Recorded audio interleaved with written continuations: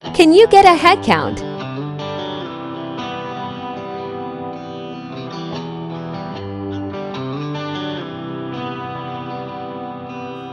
Sitting on the curbside, liquor in my cup.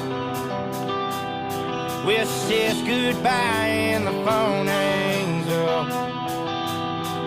And it's kinda got me feeling some type of way, like a sinner left sitting on Judgment Day.